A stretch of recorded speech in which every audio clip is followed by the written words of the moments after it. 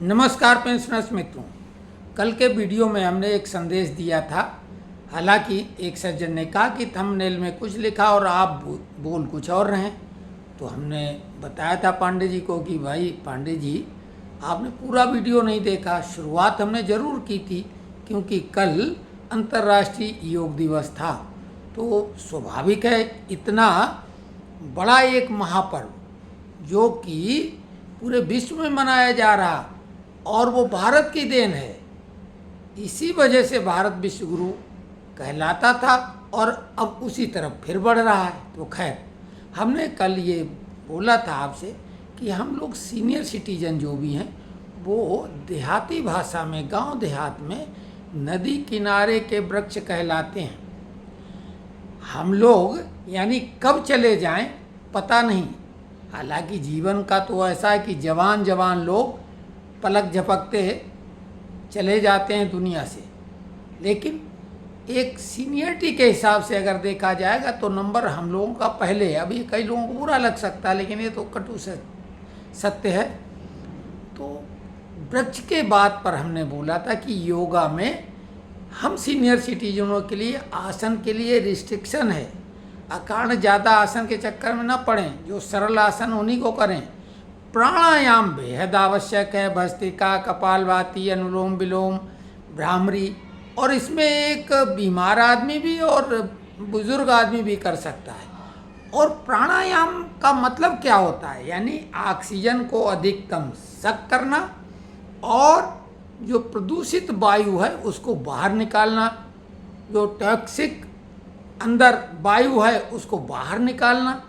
तो यही उद्देश्य होता है। लेकिन हम नदी किनारे वाले वृक्ष एक संकल्प लें कि अपने जीवन में एक वृक्ष अवश्य लगाएं और जल्दी से जल्दी लगाएं। बरसात आ गई है, ये काम का श्री गणेश इसी साल 2024 में कर लें, क्योंकि वृक्ष इतना बड़ा मानवता का मित्र है जिसकी अंधाधुंध कटाई हो गई। रोड के किनारे प्रायः वृक्ष रहते थे, लेकिन चौड़ीकरण के चक्कर में अब रोड में वृक्ष नहीं रह गए हैं। डिवाइडर जो बनाए जाते हैं उनमें छोटे पौधे लगते हैं, वो वृक्ष नहीं कहला सकते हैं। तो खैर, और वो छाया देते हैं, फल देते हैं, फूल देते हैं, और सबसे महत्वपूर्ण जो हमारी प्राणवायु है उसमें जो ऑक्सीजन बेहद आवश्यक होती है, वो जब तक पेड़ रहता है हरा भरा तब तक वो काम करता रहता है।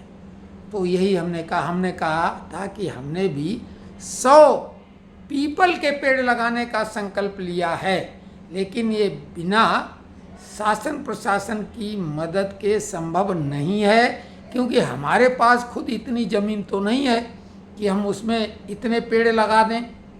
हमारे पास भी थोड़ी बहुत ज़मीन है, लेकिन उसमें पीपल के इतने पेड़ तो हम नहीं लगा पाएंगे। पीपल के पेड़ के लिए ज़्यादा जगह चाहिए। तो वो सरकारी जो ज़मीनें ऐसी हैं जहाँ चिन्हित करवा लें और वहाँ लगाएं। खैर, और उसमें ट्री प्रोटेक्टर भी सरकार उपलब्ध करा सकती, नहीं तो आप अपना खर्च करेंगे। दान पुण्य और जो बहुत सारे अच्छे कार्य हम मानते हैं, इससे बड़ा कोई अच्छा कार्य नहीं हो सकता। क्योंकि एक अगर मान लिया पीपल का पेड़ आपने कहीं लगा लिया तो सैकड़ों सैकड़ों साल रहेगा। तो वो आपकी स्मृति उससे जो लोग जानते हैं और अगली पीढ़ी को ट्रांसफ़र करेंगे तब तो लोग जानेंगे। अगर पेड़ के साथ नहीं भी जानेंगे तो पेड़ के साथ है। अब इसमें अच्छा लगा हो या बुरा हुआ, ये हमारी दिल की बात थी, इसलिए हमने कही थी। अब हम बेहद महत्वपूर्ण चीज़ आपके सामने रखेंगे। सबसे पहले 2 लोगों ने ही कुछ बातें कही, उनकी बातें संक्षेप में 1 मिनट में हो जाएंगी। अच्छे लाल जी, उन्होंने बोला है 30 जून 2016 को सेवानिवृत्त हुए हैं, क्या नोशनल इंक्रीमेंट मिलेगा? तो अच्छे लाल जी, हमने ये बोला है कि जून और दिसंबर में जो 7th पे कमीशन वाले सेवानिवृत्त हुए हैं, अगर अगले महीने इंक्रीमेंट ड्यू है तो मिलेगा। अगर आपका इंक्रीमेंट जुलाई से ड्यू था तो आप उसके हकदार हैं। लेकिन अगर जनवरी से आपका इंक्रीमेंट लगने वाला था और आप जो है जून में रिटायर हो गए हैं तो ऐसा नहीं होगा। उसके बाद हम आपको बेहद महत्वपूर्ण 3 मुद्दे तो ऐसे बता रहे हैं जिन पर हमारे श्रमिक नेता जो हैं उन्होंने जागरूकता दिखाई और मुद्दों को उठाया। वो है कम्यूटेशन पीरियड, जिसकी धूम मची हुई। पहले तो ये नेशनल काउंसिल में उठाया था शिव गोपाल मिश्रा जी ने, और अभी AIDF के जो नेता हैं सी श्री कुमार जी, इन्होंने उठाया। ये अवाडी में थे, अवाडी क्लोथिंग फैक्ट्री के, हम इनको जानते हैं, बहुत कोशिश करते रहते हैं। इसके अलावा पे कमीशन का मामला है, अभी शिव गोपाल मिश्रा जी ने उठाया है। और इससे पहले राज्यसभा में रामनाथ ठाकुर, जो कर्पूरी ठाकुर के सुपुत्र हैं, भारत रत्न कर्पूरी ठाकुर के सुपुत्र, उन्होंने ये प्रश्न पूछा था। डीए एरियर 18 महीने का जो बकाया है उसके बारे में बीएमएस भारतीय मजदूर संघ के मुकेश सिंह जनरल सेक्रेटरी ने बाकायदा वित्त मंत्री को चिट्ठी लिखी थी। तो देखिए, ये 3 बड़े मुद्दे और बड़े बड़े नेता ये मामला अपने उनके संज्ञान में है, वो पूरी ताकत लगाए हुए हैं। इसके अलावा एक मुद्दा ऐसा है जिसको नेता लोगों ने अभी नहीं टच किया है। हमारी अपील है, निवेदन है आप सभी लोगों से, जो लोग भी ये वीडियो देख रहे हैं, कि वो नेताओं पर दबाव बनाएं, उन तक बात पहुंचाएं। हम भी कोशिश में लगे हैं और हम तो जुलाई में लिखेंगे भी प्रधानमंत्री जी को फिक्स मेडिकल अलाउंस। ज़्यादा लोग भले ना हो, लेकिन ये बेहद महत्वपूर्ण है। डीए मर्जिंग, ये भी अभी नेता लोग इसके बारे में चर्चा भले करते हो, लेकिन अभी इसके ऊपर दबाव नहीं बनाया गया। और ये सरकार का कोई जो पे कमीशन में इसका स्पष्ट उल्लेख नहीं था। और इस बार महंगाई भी 85% अभी तक बढ़ी है, तो इसलिए ये अभी कह नहीं सकते।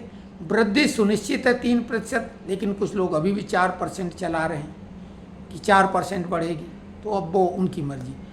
उसके अलावा जो बेहद महत्वपूर्ण एक मुद्दा है पेंशन वृद्धि का, अब ये संभव लग रहा है कि ये हो जाएगा, क्योंकि राजस्थान सरकार ने प्रतिवर्ष 1% बढ़ाने की बात की है।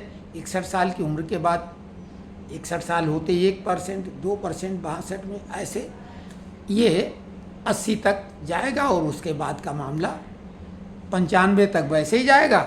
और उसके बाद 95 के बाद में सीधे 5 साल बाद 50%, यानी डबल। तो ये मामला चूँकि हो चुका है, तो ये उम्मीद करें। इसके अलावा भी कई राज्य सरकारों ने बहुत सारे कर्मचारियों के हित में निर्णय लिए हैं, और अभी सेंट्रल गवर्नमेंट ने नहीं लिए हैं। कोर्ट केस में कुछ मामले हैं। तो ये तमाम बातों पर अब बहुत लंबी हम चर्चा न करें, क्योंकि हम कई लोग बोलते हैं आप रिपीट कर देते हैं, हालांकि वो नए लोगों के लिए होता है। लेकिन जो हमारे कर्मचारी बंधु हैं, उनका सबसे महत्वपूर्ण मुद्दा तो ओपीएस है, ओल्ड पेंशन स्कीम। और जो एनपीएस आ गया है, नेशनल पेंशन स्कीम, उसमें सरकार अब कुछ करेगी ज़रूर। नेता लोग इसमें तो पूरी ताकत झोंके हुए भी हैं, स्ट्राइक की धमकी दे चुके हैं, कर चुके हैं, आगे भी वो जारी है। तो ये मुद्दा बेहद महत्वपूर्ण है और उम्मीद है कि सरकार इस मामले में भी कुछ आगे करेगी। जुलाई आते ही हम अपने ढंग से मुद्दों को, जो मुद्दे श्रमिक संगठन नहीं उठा रहे, हम उन मुद्दों को टच करेंगे। अभी 2 मुद्दे तो ऐसे हैं जो केवल हमने किया था, जो कि एचटीसी और कंसल्टेशन फीस का ये हम ही ने उठाया। जैसे कि हमने 2001 में नेशनल इंक्रीमेंट को उठाया था, ये बात हम दावे से कह सकते हैं। 2001 में जब इस बारे में कोई सोच भी नहीं रहा था, हमने अखिल भारतीय मंच पर ये मुद्दा उठाया था, और तब लोगों ने, कई लोगों ने खिल्ली उड़ाने की कोशिश की थी। तो खैर, बहुत सारी बातें जो हमने कही वही हो रही हैं और होंगी भी, क्योंकि बातों को तथ्यात्मक रख से कहते हैं, उनको ग्लैमराइज नहीं करते हैं, उनमें हम कोई पॉलिश नहीं करते हैं और आवश्यकता भी नहीं समझते हैं, क्योंकि सही बात तो कोई तो कहे, बाकी जो प्रोफेशनल लोग होते हैं वो स्वाभाविक है ज़्यादा अच्छे ढंग से चीज़ों को सजा संवार के लाते हैं, लाना चाहिए, उनका वो प्रोफेशन है। हमारा ही कोई प्रोफेशन नहीं है।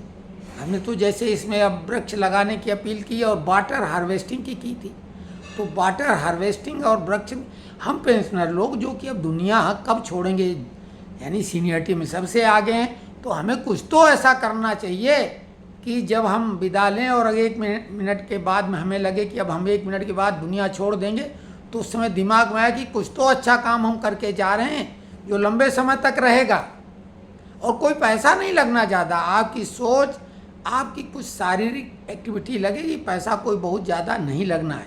और इस मद में अगर आप कुछ पैसे खर्च करते हैं तो उसका रिटर्न बहुत अच्छा मानवता के लिए होगा। नहीं तो ग्लोबल वार्मिंग का कंसेप्ट जो 2012 में कहा गया था, उस समय तो उतना नुकसान नज़र नहीं आया, लेकिन अब उसमें 12 वर्ष बाद यानी 2024 में तो वो सामने आ गया है कि 52 को यहाँ क्रॉस कर गया, 52 को सऊदीया में, मक्का में जहाँ लोग जाते हैं हज करने, कितने लोग मर गए, उसमें 100 के करीब भारतीय लोग भी बेचारे जो हैं वहीं निपट गए हैं और उनकी बॉडी भी वापस नहीं की जा रही, वहीं दफनाए जाएंगे। तो देखिए ये मानवता का ये घोर त्रासदी काल चल रहा है और इसमें वृक्ष हमारे सबसे बड़े मित्र हैं, वही कुछ कर सकते हैं। टेक्नोलॉजी पंगु हो जाती कई जगह। तो फिर से बार बार निवेदन है, कितना भी बुरा लगे, बकवास लगे, लगा करें, लेकिन ये बात बिल्कुल आप करें। और जो बंधु हमारी बात से करते हैं, हमें बहुत अच्छा लगे, कमेंट्स बॉक्स में ये लिखें कि हाँ हम भी कम से कम एक वृक्ष अवश्य लगाएंगे, या हम इतने लगा चुके हैं। तो हम उन लोगों को साधुवाद अग्रिम रूप से दे रहे हैं जो ये संकल्प लेंगे, और जिन्होंने लगाए हैं वो तो उनका वंदन और अभिनंदन। कल तक के लिए नमस्कार।